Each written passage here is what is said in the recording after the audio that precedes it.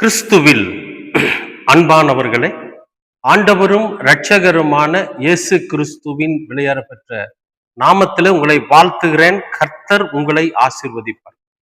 இன்றைய அனுதின உணவிற்காக கர்த்தர் நமக்கு கொடுக்கிற வார்த்தை யோபு 5ஆம் அதிகாரம் 10வது வசனம். தாழ்ந்தவர்களை உயரத்தில் வைத்து துக்கிக்கிறவர்களை ரட்சித்து உயர்த்துகிறார். தாழ்ந்தவர்களை உயரத்தில் வைத்து துக்கிக்கிறவர்களை ரட்சித்து உயர்த்துகிறார். அன்பானவர்களே, ஒரு யோபு பக்தன் இங்க ஆண்டவரை குறித்ததான ஒரு சாட்சியை சொல்றார். இது நம்முடைய வாழ்க்கையில எப்படி செயல்படுகிறது அப்படின்னா, அவர் நேற்றும் இன்றும் என்று மாறாத கர்த்தராய் இருக்கிறார். அவர் எல்லாருக்கும் தேவனாய் இருக்கிறார். அவர் எப்பொழுதுமே நமக்கு தேவனாகவே இருக்கிறார். அதுதான் மிக முக்கியமான ஒண்ணு. நம்ம கஷ்டப்படுறப்பவும் சரி, நம்ம சந்தோஷப்படுறப்பவும் சரி, நாம வருத்தமா இருக்கிறப்பவும் சரி, மகிழ்ச்சியா இருக்கிறப்பவும் சரி, நாம ஏழ்மையா இருக்கிறப்பவும் சரி, நாம தாழ்மையா இருக்கிறப்பவும் சரி, அவரே நமக்கு தேவன். அந்த ஒரு முழு நம்பிக்கை நமக்குள்ள இருந்துட்டாவே அவர் நம்மை உயர்த்துவார் அப்படிங்கிறதுல மாற்றம் இல்லை. இங்க யோபு நல்ல ஐஸ்வர்யவானா இருக்கிறப்பவும் அவன் யார நம்பி இருந்தான்னா ஆண்டவரை நம்பி இருந்தான். ஆண்டவருக்கு உண்டான எல்லா காரியங்களையும் செய்து அவன் உத்தமனும் சன்மார்க்கனுமா இருந்தான்னு சொல்லி ஆண்டவர் சாட்சி சொல்றார். எப்போ? அவன் ஐஸ்வர்யவானா இருந்த போது.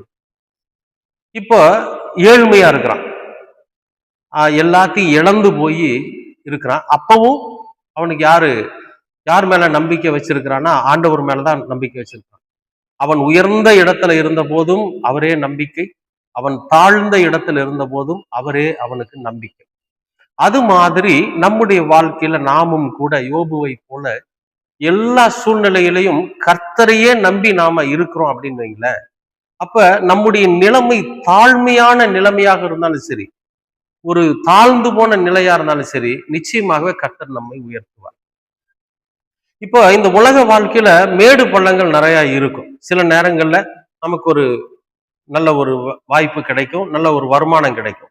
சில நேரங்கள்ல ஒண்ணுமே கிடைக்காது. சில நேரங்கள்ல ஒரு ஒரு தேநீர் வாங்கி குடிக்க கூட காசு இருக்காது. இந்த மாதிரியான சூழ்நிலைகள் வரும்.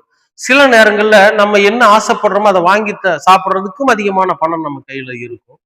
இப்படி எல்லாம் காலங்கள் மாறி மாறி மாறி மாறி வரும். சூழ்நிலைகள் மாறி மாறி வரும்.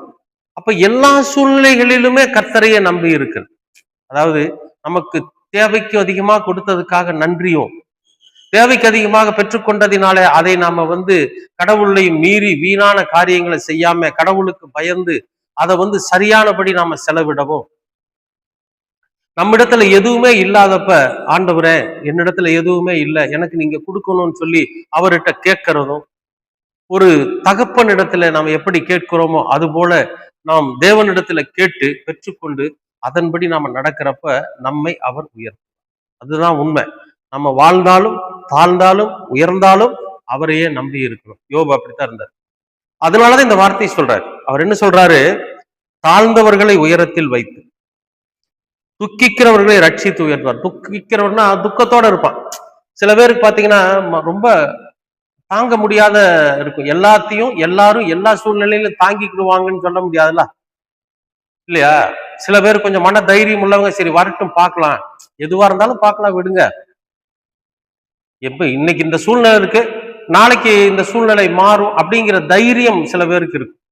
ஆனா சில பேர் என்ன பண்ணிடுவாங்க, மனசு விட்டுருவாங்க, ரொம்ப துக்கத்துல ஆழ்ந்து போயிடுவாங்க. அடுத்தவங்க சொல்லுவாங்க, நீ ஒன்னும் வருத்தப்படாதப்பா, தைரியமா இருப்பா, நீ எதை குறிச்சும் வருத்தப்படாத, தைரியமா இரு, கர்த்தர் உன் கூட இருக்கிறார் அப்படின்னு சொன்னாலும் கூட அவங்களுக்கு என்ன ஒரு நம்பிக்கை வராது. அதாவது ரொம்ப சோகமா இருப்பாங்க, ரொம்பவே அவங்க தன்னை தாழ்வா நினைச்சுக்கிட்டு இனி நம்ம வாழ்க்கையில எதுவுமே இல்லை அப்படிங்கிற முடிவுக்கு கூட வந்துருவாங்க. அப்படிப்பட்டவர்களை கூட ரட்சித்துனா அந்த மாதிரியான சூழ்நிலையிலிருந்து அவர்களை விடுதலை பண்ணி, இங்க ரட்சிப்புங்கிறது எதை சொல்லுதுன்னு கேட்டீங்கன்னா, அந்த துக்கமான காரியங்களிலிருந்து அவர்களை விடுதலை பண்ணி உயர்ந்த இடத்துல வைப்பார், பழைய நிலைமைக்கு கொண்டு வந்துருவார், நமக்கு தேவை என்னவோ அதை பூர்த்தி செய்வார். அன்பானவர்களே, நீங்கள் துக்கித்திருக்கிறீர்களா? இந்த நாள்ல உங்களுக்கு மனவேதனையா இருக்குதா, இல்ல உங்களுடைய நிலைமை கொஞ்சம் தாழ்வா இருக்கா, கவலைப்படாதீங்க. எல்லாவற்றிற்கும் நம்முடைய தேவனே பதிலானவர். எல்லாவற்றிற்கும் அவர்தான் பதில் சொல்லணும்.